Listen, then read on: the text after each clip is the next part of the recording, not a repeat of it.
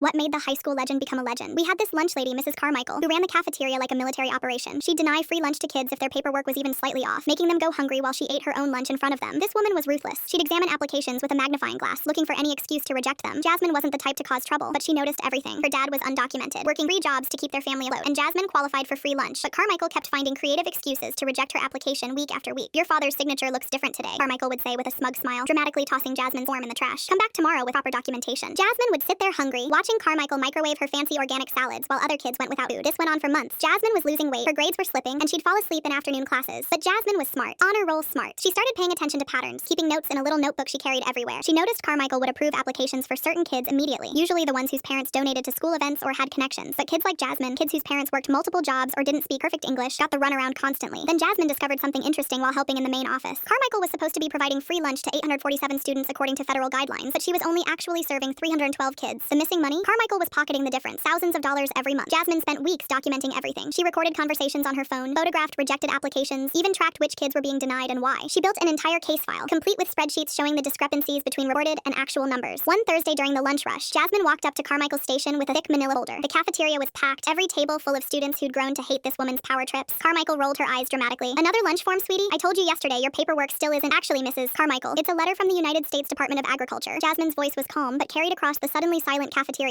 See, I've been documenting every denied application, every hungry kid you've turned away, and every dollar you've stolen from the federal lunch program. Carmichael's face went from smug to confused to absolutely terrified in about 3 seconds. Jasmine wasn't done. Turns out lunch fraud is a federal crime. Embezzling government funds meant to feed hungry children? That's a felony. The federal auditors arrived tomorrow morning at 8 a.m. sharp. The entire cafeteria had gone dead quiet. Even the kitchen staff had stopped what they were doing to listen. Carmichael was gripping the counter, her knuckles white. Jasmine continued, her voice getting stronger. Oh, and Mrs. Carmichael? Remember how you always made comments about my undocumented father? How you'd whisper about calling immigration if I kept bothering you? Carmichael nodded weakly, clearly remembering her threats. Well, here's the thing. Jasmine smiled for the first time in months. My undocumented dad? He's actually Roberto Gonzalez, senior partner at Gonzalez and Associates Immigration Law. He just likes to see how people treat us before they know who we really are. The cafeteria erupted. Kids were cheering, some were crying, others were pulling out their phones to record Carmichael's complete meltdown. She was stammering, trying to explain, but Jasmine held up her hand. The best part? Every conversation where you threatened to call ICE on my family, I recorded them. That's witness intimidation and discrimination based on national origin. My dad's already filed complaints with the school board, the state education department, and the Department of Justice. Carmichael tried to run to her office, but Jasmine called out one last thing that made her freeze in the doorway. Oh, and Mrs. Carmichael, all those kids you denied food to? Their parents are meeting with my dad tonight. Turns out denying federal benefits based on racial bias is a civil rights violation. Hope you have a good lawyer. The next day, Carmichael was escorted out in handcuffs. Federal agents seized her office, and the investigation revealed she'd stolen over $80,000 in lunch money over 3 years. The school district had to pay massive settlements to families she'd discriminated against. Jasmine became legendary not just for taking down Carmichael, but for making sure every kid in that school never went hungry again. The new lunch coordinator? She approved Jasmine's application in about 30 seconds and personally made sure she got extra portions to make up for all those missed meals. Jasmine taught us all that sometimes the quiet kids are the ones you should never underestimate.